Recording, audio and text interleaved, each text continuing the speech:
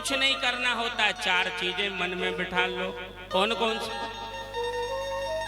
जितासनो जित श्वासो, जितासनो जित श्वासो, जित संगो जितेन्द्रिया, स्थूले भगवतो रूपे मनः संध्योरयोध्या। चार चीजें पर विजय प्राप्त कर लो, तुम्हारी सदगति निश्चित है। कौन कौन सी? जितासनो, आसन को जीत लीजिए।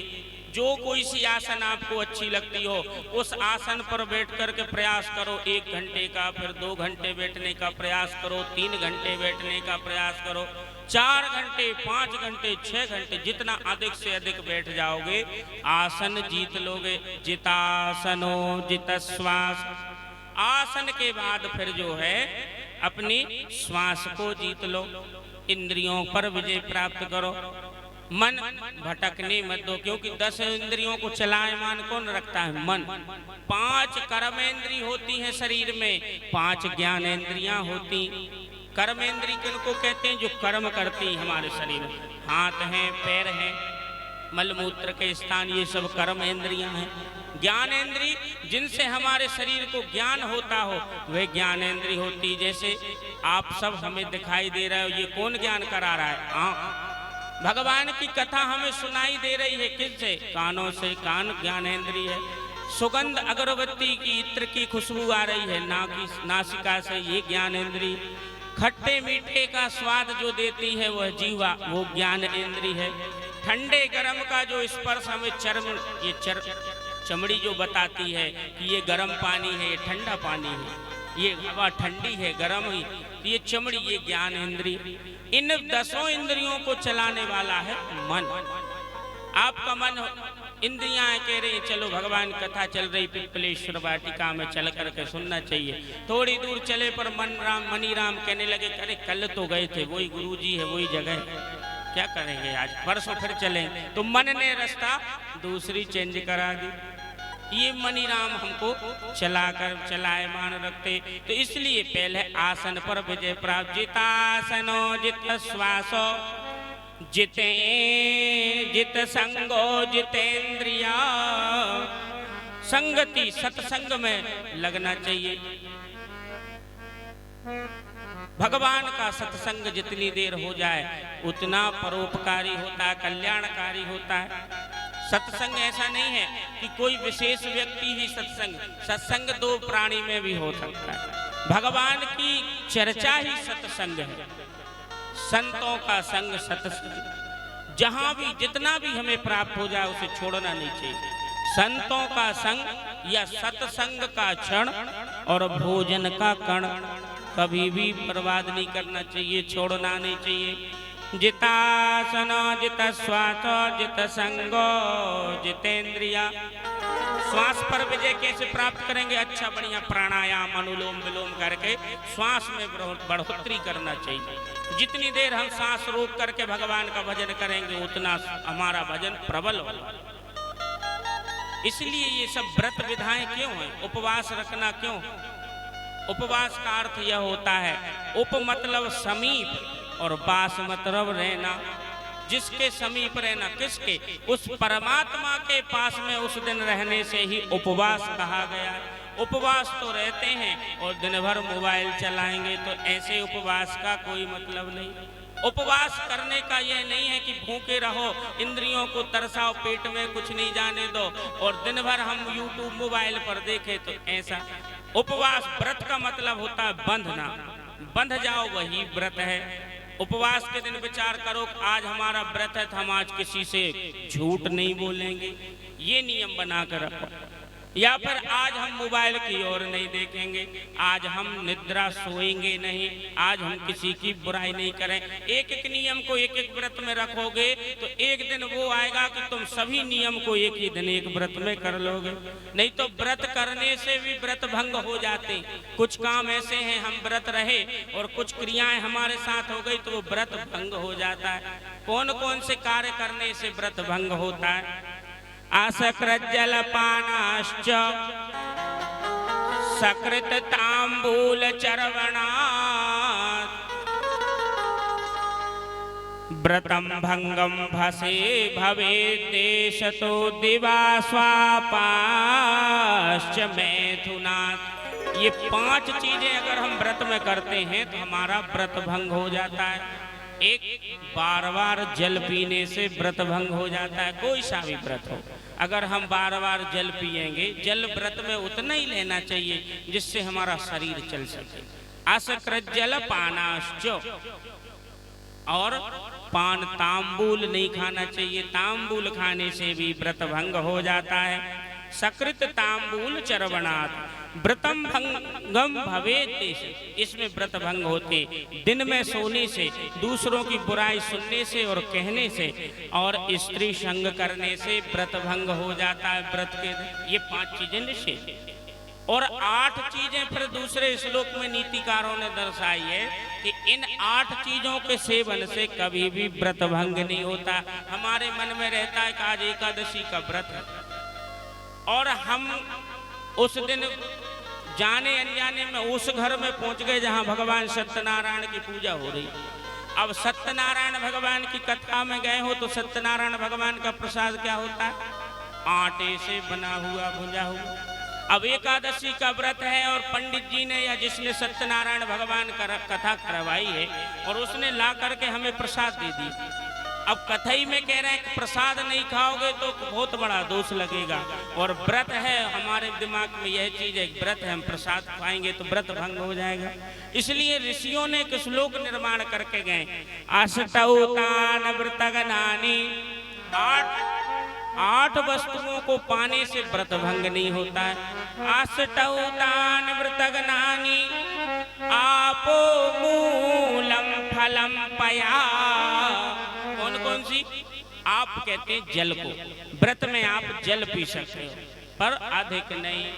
मूल जो धरती मैया के भूमि के नीचे से जो निकालते हैं, जैसे आलू है, गाजर है, कंद में जो आते हैं, उनको हम व्रत में सेवन कर सकते हैं, केवल लहसुन प्याज को छोड़ करके, क्योंकि वो भी नीचे से ही उपज होती है ना। लहसुन प्याज तामसी प्रवृत्ति को तेज करते, हमारे देह में क्रोध को बढ़ाने के लिए, इसलिए लहसुन प्याज निषेध बतलाया गया।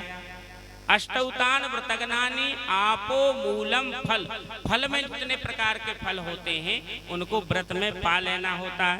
फल और पय, माँ गौ का दूध, गौ माता के दूध को व्रत में सेवन कर सकते हैं। हविर ब्राह्मण काम्याच, कहीं पूजन पाठ चल रही हो, यज्ञ आदि अनुष्ठान चल रहा हो और हमारा व्रत है और उसमें हमें जो भगवान का प्रसाद मिल जाए तो उस प्रसाद को पाने में भी व्रत भंग नहीं होता। फिर वो चाहे लाई का प्रसाद हो, चाहे सत्यनारायण भगवान, क्योंकि वो प्रसाद है। प्रसाद के नजरिए से, भाव से आप उसे पाओगे तो आपका व्रत भंग नहीं होगा। हविर ब्राह्मण काम्याच गुरुर वचन औषधम, हम किसी महात्मा के, संत के, गुरु के पास गए, उस दिन हमारा व्रत है और गुरुजी ने कुछ भी प्रसाद हमें दे दिया, आदेश कर दिया कि से यहीं बैठ करके पाओ, और आपका व्रत है, और अगर आप गुरुजी का आदेश नहीं मानोगे तो भी व्रत भंग हो जाएगा। इसलिए गुरुजी का आदेश है तो उस व्रत को, उस प्रसाद को पा लेना चाहिए। और औषधि दवाई, देखो ऋषियों ने सब विचार करके लिख के गए। मान लो जिसको भैया बीमारियां हैं और अगर वो व्रत करेगा और औषधि नहीं खाएगा तो दूसरे दिन ही नहीं देखता, इसलिए व्रत में औषधि सेवन कर सकते हो, इसमें कोई दोष नहीं है। हविर ब्राह्मण काम्याच गुरुर वचन औषधम, औषधि खाने से भी व्रत भंग नहीं होता। ये 8 चीजें पाने से व्रत भंग नहीं होता, और 5 चीजें अगर हम भूलवश भी खाते हैं तो उसमें व्रत भंग हो जाता। इसलिए परीक्षित से कह रहे हैं 4 चीजों पर विजय प्राप्त कर लो। जित श्वास जित संग, जितासनो जित श्वास जित संगो जितेंद्रिया, इंद्रियों पर विजय प्राप्त कर। एक बार में यह सब नहीं होता, पर धीरे धीरे एक दिन जरूर हो जाएगा अगर करने का प्रयास रहे मन में। इस प्रकार से अगर परीक्षित तुम एकाग्र चित्त होकर के भगवान की इस गुणमयी कथा को श्रवण करोगे तो निश्चित तुम्हारा कल्याण हो जाएगा। इस तरह से भगवान की कथा उन्होंने प्रारंभ कर दी। और श्री सुखदेव बाबा बोले, क्योंकि संसार में 84 लाख योगिनी भोग करके ये मनुष्य शरीर प्राप्त होता है, और उसमें हम नाना प्रकार के व्यंजनों को पा करके और इस संसार को चले जाते। ये संसार में मनुष्य शरीर इसलिए नहीं मिलता है। मनुष्य शरीर किस लिए मिलता है? जैसे 10x10 का एक कमरा हो, एक रूम है 10x10 का, और उसमें एक दरवाजा लगा हुआ है, और उसमें कोई अंधे व्यक्ति को अंदर कर दिया जाए और उससे कहो कि भैया ये 10x10 का रूम है, कमरा है, और इसमें एक ही दरवाजा है। अब तुम्हें अपनी बुद्धि से उस दरवाजे को खोजना है और बाहर निकल करके आना। अब अंधा व्यक्ति क्या करेगा कि दीवाल का सहारा लेगा, हाथ घुमाते घुमाते फेरते फेरते दीवाल को स्पर्श करते जब जाएगा तो आगे चल करके दरवाजा उसके हाथों के पास आ जाएगा।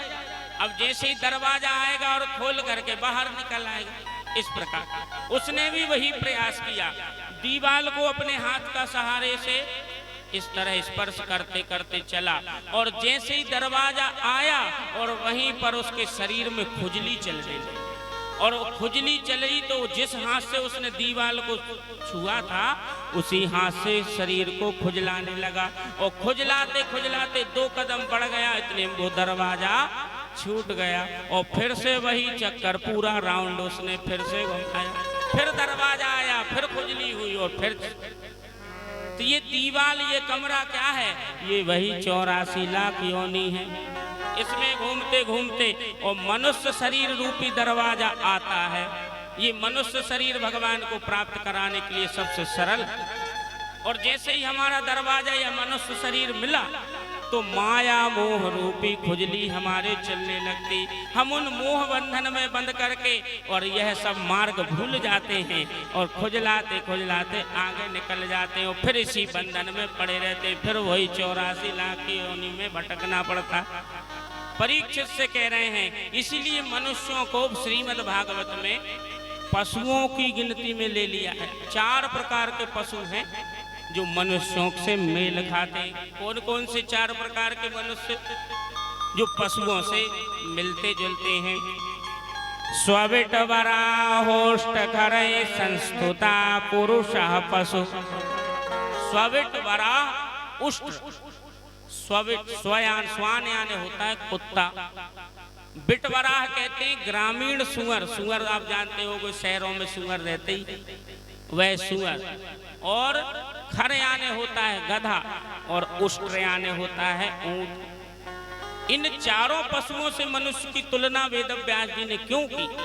वो यह दर्शन कराते हैं कि जो पहली उपमा कुत्ते से दी है, तो कुत्ते का क्या भाव होता है? एक कुत्ता कुछ खा रहा हो और अगर दूसरा कुत्ता उधर से आ जाए तो फिर वो एक दूसरे से, वो खाने की वस्तु तो छूट जाएगी, परंतु वो आपस में दोनों लड़ने लगेंगे, तुम कहां से आ गए, ये मेरा भाग था।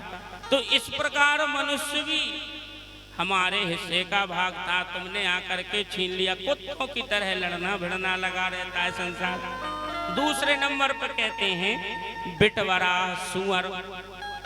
जो सुअर होता है उसे जगह और स्थान से मतलब नहीं रहता, वस्तु शुद्ध है अशुद्ध है उससे भी मतलब नहीं रहता।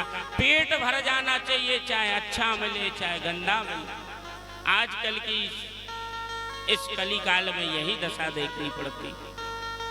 पहले के पंक्तिबद्ध भोजन निर्मित होते थे, परोसने वाले अलग होते थे, बनाने वाले अलग होते थे।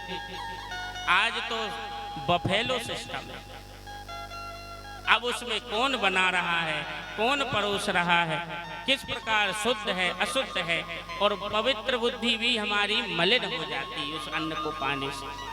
तो यहाँ पर वेद व्यास जी ने उस सुअर की उपमा उन मनुष्यों से दी है कि जैसे वह सुअर भी गंदा हो कैसा हो उसका तो पेट भर जाना चाहिए, वैसे ही मनुष्य की भी यही स्थिति है। वेद व्यास जी कह रहे हैं कि कैसा भी मिले, शुद्ध हो अशुद्ध हो, पेट में आकर के तृप्त हो जाए। तीसरे नंबर पे ऊंट। ऊंट की उपमा, थोड़ी सी जो विद्या आई थोड़ा सा पद हमें प्राप्त होता कि फिर हम छाती चौड़ी करके ऊंट की तरह गर्दन करके चलते। हमसे आगे थोड़ी ना। तो ऊंट देख करके कहता है कि चाल ढाल में तो ये हमारा कुटुंबी परिवार का समझ पड़ता है। तो ऊंट कहते हैं कि ये हमारे खानदान के लोग हैं जो थोड़े से पद प्रतिष्ठा में हमारी जैसी चाल चलती। चौथे नंबर पे नाम लिया वेद व्यास जी ने खर। खर कहते हैं गधा को। गधा की उपमा क्यों दी? बोले जब मनुष्य का जन्म होता है तो छोटे से बच्चे से, आज देखो स्कूलों में जितना बच्चे का वजन नहीं होगा उससे वजन ज्यादा बस्ता टंगा है, बैग पुस्तकों का। जैसे जैसे बड़ा होता है माता पिता उसको ज्ञान देने लगते, भैया तुम्हें ये करना है, संसार में कोई किसी का नहीं है, ये तो वो बोझ। फिर विवाह हो गया तो फिर पत्नी का जीवन संभालना वह बोझ। फिर बाल बच्चे हो गए उसके तो उनका जीवन बनाना है वह बोझ। और अंत समय में फिर बाल बच्चों कंधे पर बिठाता है दादा नाती पोतों को। आपने देखा दादाजी बच्चे को नाती को कहाँ बिठा लें? यहाँ, क्योंकि बालक से प्रिय उसका पुत्र होता है, नाती पोता पुत्र से भी प्रिय होते ज्यादा। तो वेद व्यास जी कह रहे हैं कि जीवन भर गधे की तरह ढोता रहता है, इसलिए यह गधे के कुटुंबी बन जाता है। स्वबिटवरा होष्ट करे संस्थिता पुरुष पशु। जीवन है, विचार करते हैं गुरु जी अभी समय बहुत है, भजन में तो फिर भी भजन कर लेंगे भैया। आजकल कुछ नहीं कह सकते, एक क्षण में क्या हो जाए। बुढ़ापा, अच्छा एक चीज है, बुढ़ापे पे आप विचार करो, चलो बुढ़ापे का समय भजन के लिए होता है तो हमें हर तारीख पता होगी, पर कोई ये नहीं बता सकता कि बुढ़ापा कब आए। जन्म तारीख हमसे कोई पूछ ले तो हम खट्ट बता देंगे फलाने तारीख फलाने दिन फलाने सन में हमारा जन्म हुआ है, फलानी तारीख में हमने एडमिशन स्कूल में लिया था, फलानी तारीख में हमारे विवाह संस्कार हुआ, उस तारीख में हमारे बच्चे हुए, उस तारीख में ये। अगर उससे पूछा जाए भैया, कुछ वृद्ध दादाजन से पूछा जाए बुजुर्गों से, बताइए आप बूढ़े कब हुए, तो कोई बता सकता है कि हम उस तारीख में वृद्ध हुए कि बूढ़े हुए? तो नहीं बता सकते। क्यों? क्योंकि ये भगवान की लीलाएं हैं, माया भूत में फंसे हुए नहीं समझ सकते। इसलिए जब भी मौका मिले भगवान का भजन छोड़ना नहीं चाहिए। चला है मान रहे, अरे आग